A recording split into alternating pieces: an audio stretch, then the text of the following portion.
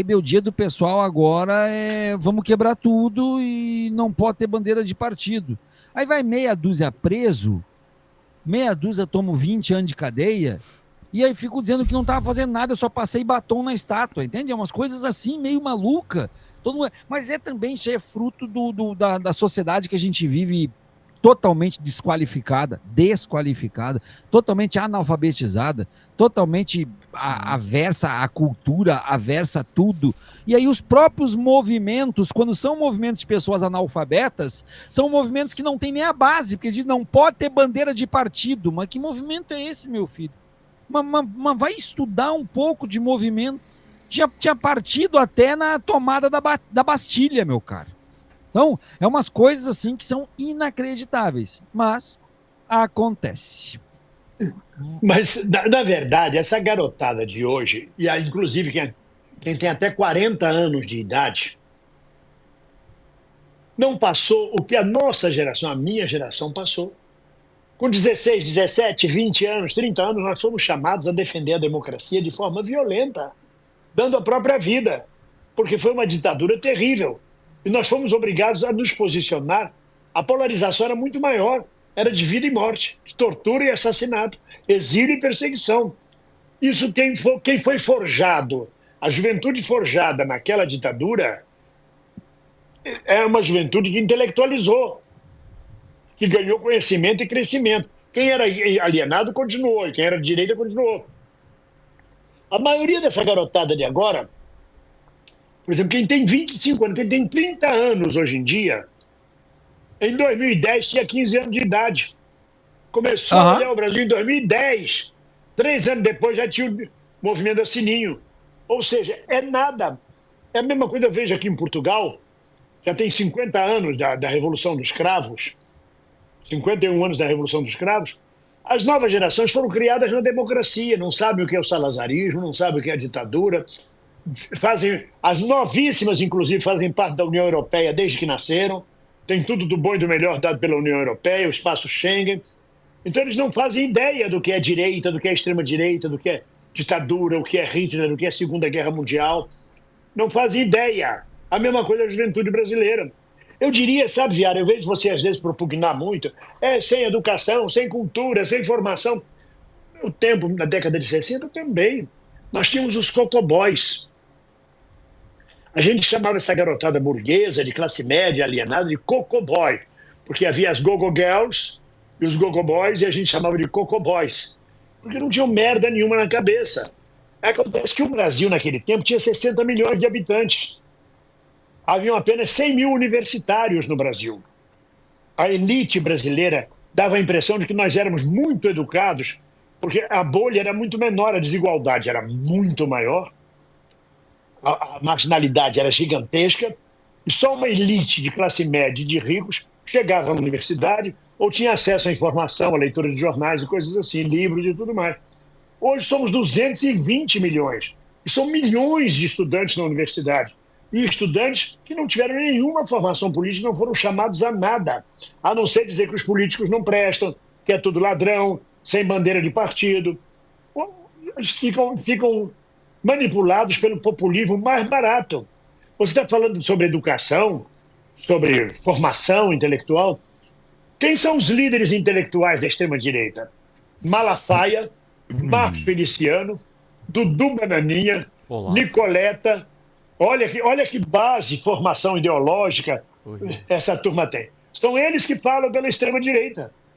Do lado de cá nós temos a Gleisi, temos o Braga, o Glauber Braga, o Lindbergh, temos o Dirceu. Mas essa raça, pelo amor de Deus, Zé Trovão, Bilinski, é um horror. Bilinski é foda, né? O Bilinski é foda. Agora, não, tá mais do que certo na correção que tu me fez trazendo, que nos anos 60 também era assim. O problema, bem-vindo, é que nos anos 60 o Brasil tinha ali mais de 40% de analfabetos. Analfabetos mesmo, mais de 40%, em 1960. Isso já era uma evolução, porque nos anos 50 era 50%. Então, já vinha Muito. Hoje a gente parte de um ponto em que o ensino é universal, tem escola para todo mundo, o número de crianças que não frequentam a escola. Claro, aí tem que ver a questão da classe social, quem vai para o colégio com fome, que é uma coisa terrível e não consegue aprender direito. Mas saber ler e escrever, a gente tem hoje menos de 10% de crianças fora da escola e ainda muitos dos casos fora da escola porque o Estado não funcionou da forma que deveria funcionar para buscar e levar para a escola.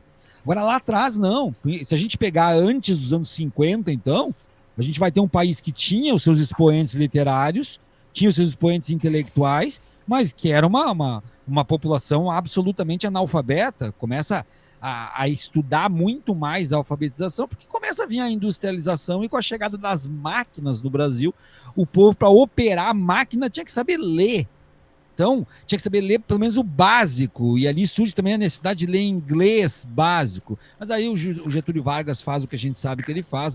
A geração do Bem-vindo Siqueira teve muito mais contato com línguas estrangeiras do que a minha geração, e agora a geração atual tem muito mais contato porque volta o inglês entrar a partir das séries, videogames e tudo mais.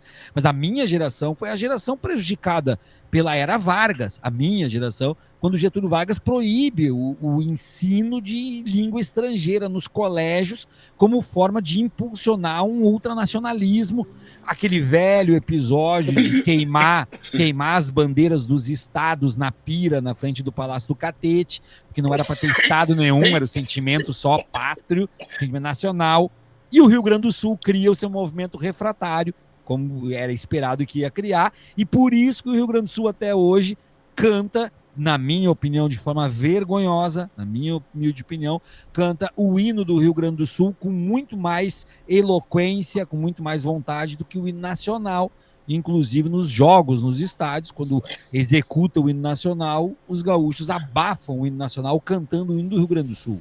Mas isso é outro capítulo. Pois é, mas a questão não é a alfabetização. É entender o que está lendo. Ler, eles conseguem ler, mas não conseguem formar a frase. O que quer dizer isso? Não sei. Vão lendo palavra por palavra, tudo alfabetizado. Funcional. Analfabeto funcional, não é verdade? Ô, Jambarda, não fica metendo essa porra desse iPhone na cara da gente. Eu tô montando o corte. Eu tô montando o corte. Não, você monta o corte, mas tira de primeiro plano, porque o que a gente vê é isso aqui na cara da gente. Você não percebe, mas ele fica... Assim, aí, ó, exatamente. Assim, ó. Exatamente. Eu sei que você tá montando o corte, você não para de trabalhar. Eu sei, não. Não, na verdade eu paro. Chega um momento da live que eu paro de fazer corte aqui, eu fico mais focado nos chats, né? Mas gente, o que acontece? Eu tô fazendo corte aqui, eu tô falando com uma outra pessoa que tá montando a capa. E aí a gente já vai subir no canal. A questão não é essa, a questão é o primeiro plano. Eu sei. Eu quero ver sua cara. Você está falando da cenografia, eu entendi. Já basta essa piroca vermelha que você chama de microfone, que na verdade é uma prótese peniana que você comprou.